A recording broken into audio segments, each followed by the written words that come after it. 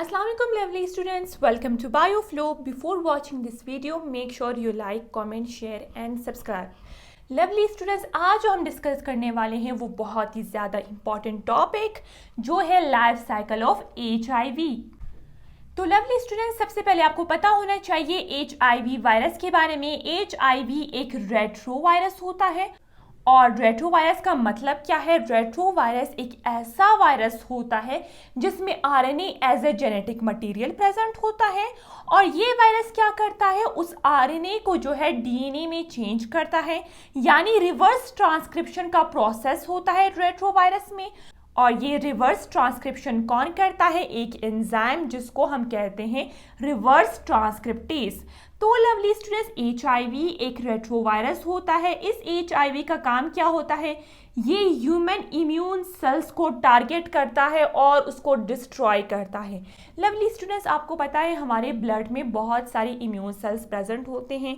ये immune cells जो है हमारे बॉडी को बचाते हैं against harmful pathogen disease causing agent. तो ये HIV जो है स्पेसिफिकली टी लिम्फोसाइट्स या फिर हेल्पर टी सेल्स को जो है अटैक उस पर करते हैं और उसको जो है डिस्ट्रॉय करते हैं, जिसकी वजह से इम्यून सिस्टम जो है वो सप्रेस हो जाता है, बहुत ज़्यादा वीक हो जाता है। तो लवली स्टूडेंट्स, आपको पता होना चाहिए कि HIV कौन सी डिजीज़ कॉज करती है? एड्स जैसी डिजीज़ कॉज करती है। लवली स्टूडेंट्स, हम यहाँ पे देख सकते हैं कि HIV जो है वो हेल्पर टी सेल पर अटैक करते हैं और उसको डिस्ट्रॉय करते हैं। साथ साथ लवली स्टूडेंट्स, ये मैक्रोफेजेस पर भी अटैक कर सकती है और मैक्रोफेज जो है वो इम्यून सेल्स है जिसका बहुत बड़ा रोल होता है इम्यूनिटी में। और लवली स्टूडेंट्स, हम ये भी कह सकते हैं कि HIV जो है वो ब्रेन सेल्स पर भी अटैक कर सकती है। तो लवली स्टूडेंट्स, अगर हम लाइफ साइकिल ऑफ HIV को डिटेल में डिस्कस करें, आप देख सकते हैं लवली स्टूडेंट्स, ये जो स्ट्रक्चर मैंने ड्रॉ किया है ये एक HIV वायरस का स्ट्रक्चर है। आप देख सकते हैं लवली स्टूडेंट्स, जो मैंने ब्लैक मार्कर से ड्रॉ किया है वो एक एडिशनल लेयर होता है, एडिशनल मेम्ब्रेन होता है HIV का, जिसको हम एनवेलप कहते हैं। और एनवेलप के ऊपर जो है वो रिसेप्टर्स प्रेजेंट होते हैं या फिर स्पाइक्स प्रेजेंट होते हैं। लवली स्टूडेंट्स, हमने स्ट्रक्चर ऑफ HIV में डिटेल में डिस्कस किया था कि HIV में दो किस्म के रिसेप्टर्स या स्पाइक्स प्रेजेंट होते हैं। यहाँ पे जो इम्पॉर्टेंट रिसेप्टर होगा जिसकी वजह से बाइंडिंग का प्रोसेस होगा, तो लवली स्टूडेंट्स वो कौन सा रिसेप्टर होगा? वो GP120 यानी ग्लाइकोप्रोटीन 120, जो एक रिसेप्टर होता है जो HIV के ऊपर प्रेजेंट होता है। और आप देख सकते हैं लवली स्टूडेंट्स, ये जो मैंने स्ट्रक्चर ड्रॉ किया है वो T सेल्स का स्ट्रक्चर है या फिर T लिम्फोसाइट का स्ट्रक्चर है। इस T सेल के ऊपर भी रिसेप्टर्स प्रेजेंट होते हैं जिसको हम कहते हैं CD4 रिसेप्टर। तो लवली स्टूडेंट्स, और HIV में क्या प्रेजेंट होता है आप देख सकते हैं, जो मैंने ब्लू मार्कर से ड्रॉ किया है वो कैप्सिड होता है जो एज अ कोट का काम करती है। और कैप्सिड के अंदर जो है जेनेटिक मटेरियल प्रेजेंट होता है, जो हमने ऑलरेडी बहुत ही डिटेल में डिस्कस कर लिया था। HIV में RNA के 2 सिंगल स्ट्रैंड्स प्रेजेंट होते हैं और साथ साथ 3 मुख्तलिफ किस्म के जो है वो एंजाइम्स भी प्रेजेंट होते हैं इनसाइड HIV। उन एंजाइम का नाम क्या है? रिवर्स ट्रांसक्रिप्टेज, इंटीग्रेज और प्रोटीएज। हर एक एंजाइम का अपना स्पेसिफिक फंक्शन होता है। तो लवली स्टूडेंट, स्टेप नंबर 1 में क्या होगा? स्टेप नंबर 1 को हम बाइंडिंग कहते हैं, स्टेप नंबर 1 को हम अटैचमेंट या फिर एड्सॉर्प्शन का स्टेप भी कह सकते हैं। इस स्टेप में ग्लाइकोप्रोटीन 120 जो रिसेप्टर होता है on the surface of HIV, और लवली स्टूडेंट्स, जिस तरह मैंने आपको बताया कि T सेल के ऊपर भी रिसेप्टर प्रेजेंट होता है जिसको हम कहते हैं CD4। तो आप देख सकते हैं लवली स्टूडेंट्स, ग्लाइकोप्रोटीन 120 और CD4 की जो है बाइंडिंग हो गई या फिर अटैचमेंट हो गई। इस बाइंडिंग के बाद जो है दूसरा स्टेप स्टार्ट होता है जिसको हम कहते हैं फ्यूजन, और इस स्टेप को हम एंट्री भी कह सकते हैं।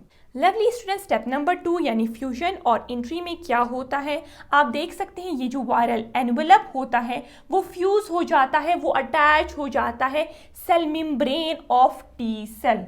यानी जो ये वायरल एनवेलप होता है वो T सेल के सेल मेम्ब्रेन के साथ जो है इसकी अटैचमेंट हो जाती है, जिसको हम कह सकते हैं कि फ्यूजन हो गई। तो लवली स्टूडेंट्स, आप देख सकते हैं जब वायरल एनवेलप की फ्यूजन हो गई सेल मेम्ब्रेन के साथ, तो ये जो कैप्सिड था वो इंटर हो जाएगा इनसाइड टी सेल, या फिर हम कह सकते हैं ये कैप्सिड जो है वो टी सेल के साइटोप्लाज्म में इंटर हो जाएगा। थर्ड स्टेप में अनकोटिंग होता है। और लवली स्टूडेंट्स, जिस तरह मैंने आपको बताया था कि HIV में जो है कैप्सिड प्रेजेंट होता है जो ऐसा कोट का काम करती है, और इनसाइड कैप्सिड जो है वो वायरल जेनेटिक मटेरियल प्रेजेंट होता है, और 3 डिफरेंट एंजाइम्स भी प्रेजेंट होते हैं। तो लवली स्टूडेंट्स, आप देख सकते हैं ये कैप्सिड जो एज अ कोट का काम करती है वो रिमूव हो गया, यानी अनकोटिंग का प्रोसेस हुआ, जिसकी वजह से जो वायरल जेनेटिक मटेरियल था और 3 डिफरेंट एंजाइम्स थे, अब वो टी सेल के साइटोप्लाज्म में आ गए। लवली स्टूडेंट्स, इस स्टेप के बाद जो है स्टेप नंबर 4 स्टार्ट होगा, जिसको हम कहते हैं रिवर्स ट्रांसक्रिप्शन। यानी ये जो वायरल RNA होता है इसमें रिवर्स ट्रांसक्रिप्शन का प्रोसेस होता है। लवली स्टूडेंट्स, ट्रांसक्रिप्शन एक ऐसा प्रोसेस है जिसमें DNA से RNA बनता है, लेकिन रिवर्स ट्रांसक्रिप्शन जो है वो ट्रांसक्रिप्शन प्रोसेस का ऑपोजिट है। इसमें RNA से DNA बनता है। तो लवली स्टूडेंट्स, इस वायरल RNA से जो है एक कॉम्प्लीमेंट्री सिंगल स्ट्रैंडेड DNA बनेगा। इस तरह के प्रोसेस को हम क्या कहेंगे? रिवर्स ट्रांसक्रिप्शन कहेंगे, जिसमें RNA से DNA बनता है। और लवली स्टूडेंट्स, बहुत ही ज़्यादा इंपॉर्टेंट पॉइंट, ये जो रिवर्स ट्रांसक्रिप्शन है वो एक एंजाइम की वजह से होता है, और वो एंजाइम जो है वायरस के अंदर प्रेजेंट होता है। इस एंजाइम का नाम क्या है? Reverse transcriptase. लवली स्टूडेंट्स, जैसे ही कॉम्प्लीमेंट्री DNA की फॉर्मेशन हो गई, जो एक सिंगल स्ट्रैंडेड DNA होता है, इसके बाद जो ओरिजिनल वायरल RNA होता है इसकी जो है ब्रेक डाउन हो जाएगी एक एंजाइम के थ्रू, जिसको हम कहते हैं RNase। आप देख सकते हैं लवली स्टूडेंट्स, वायरल RNA की ब्रेक डाउन हो गई, और ये ब्रेक डाउन जो है रिवर्स ट्रांसक्रिप्शन के प्रोसेस के बाद होती है, ये आपने याद रखना है। लवली स्टूडेंट्स, आप देख सकते हैं कि वो कॉम्प्लीमेंट्री सिंगल स्ट्रैंडेड DNA जो है वो डबल स्ट्रैंडेड कॉम्प्लीमेंट्री DNA में चेंज हो जाएगा। यानी ये जो कॉम्प्लीमेंट्री DNA था जो सिंगल स्ट्रैंडेड था वो रेप्लिकेट हो जाएगा, इसमें रेप्लिकेशन का प्रोसेस होगा। इसके सामने जो है एक कॉम्प्लीमेंट्री DNA स्ट्रैंड बनेगा, तो उसकी वजह से लवली स्टूडेंट्स एक डबल स्ट्रैंडेड कॉम्प्लीमेंट्री DNA की फॉर्मेशन होगी, जिसको हम ये भी कह सकते हैं कि डबल स्ट्रैंडेड वायरल DNA की फॉर्मेशन हो जाती है। लवली स्टूडेंट, स्टेप नंबर 4 जो रिवर्स ट्रांसक्रिप्शन था, इसके बाद जो है स्टेप नंबर 5 स्टार्ट होगा, जिसको हम कहेंगे इंटीग्रेशन।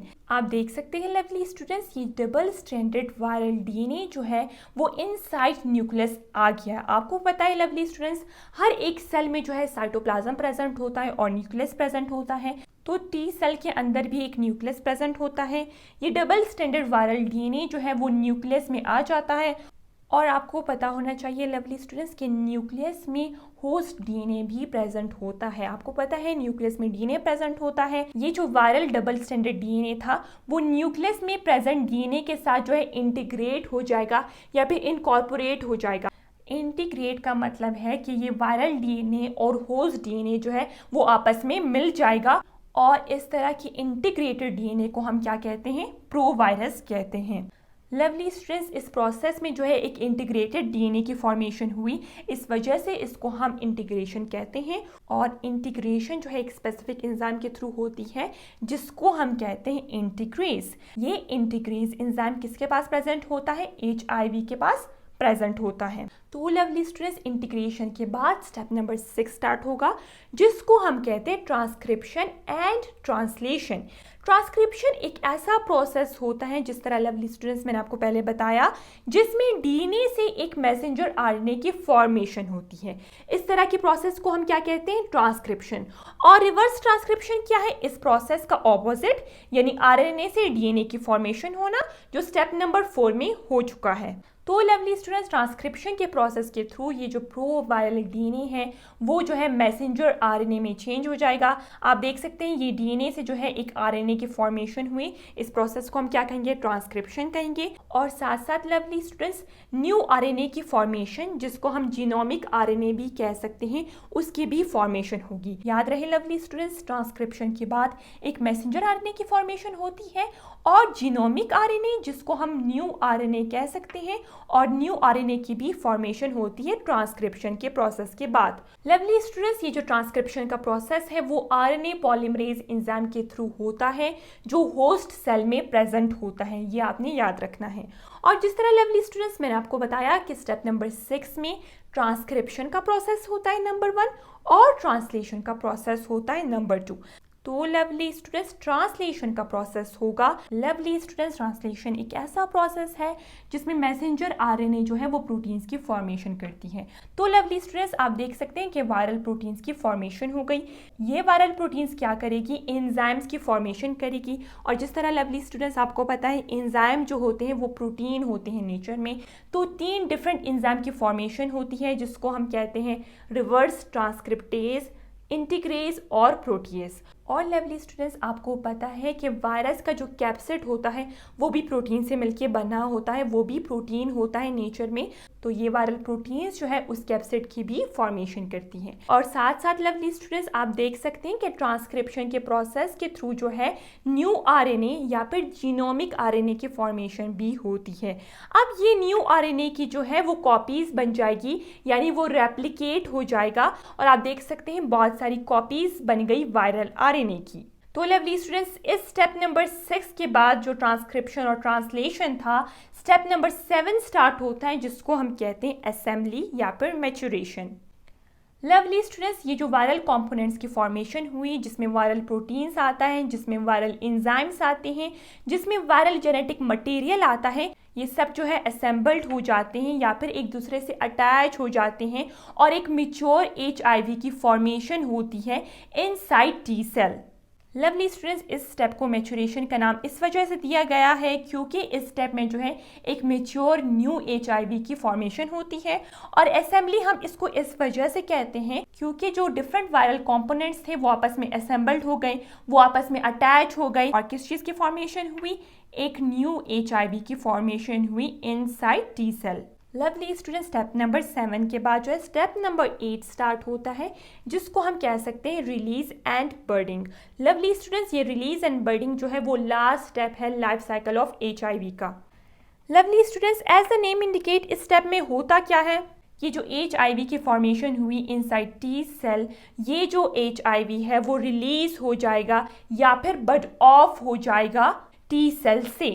लवली स्टूडेंट्स ये HIV जब बड ऑफ होगा टी सेल से तो वो टी सेल के सेल मेम्ब्रेन को भी ले लेगा अपने ऊपर। आप देख सकते हैं जो ब्लैक मार्कर से मैंने ड्रॉ किया है वो असल में टी सेल का सेल मेम्ब्रेन है जो ये वायरस लेता है अपने ऊपर और अरेंज कर लेता है। और अब हम उसको क्या कह सकते हैं कि वो एनवेलप की फॉर्मेशन हो गई अराउंड HIV।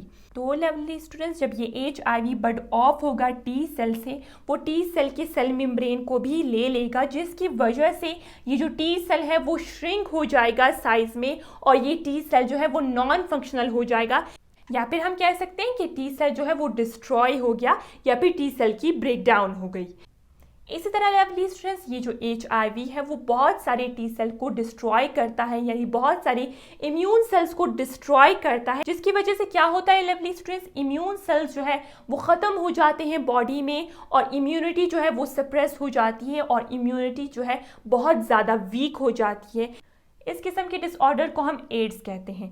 इसी के साथ साथ लवली स्टूडेंट्स जो हमारा टॉपिक था लाइफ साइकिल ऑफ HIV वो कंप्लीट हो चुका है। अगर आपको ये वीडियो पसंद आई तो आपने वीडियो को लाइक ज़रूर करना है और चैनल को सब्सक्राइब करना है।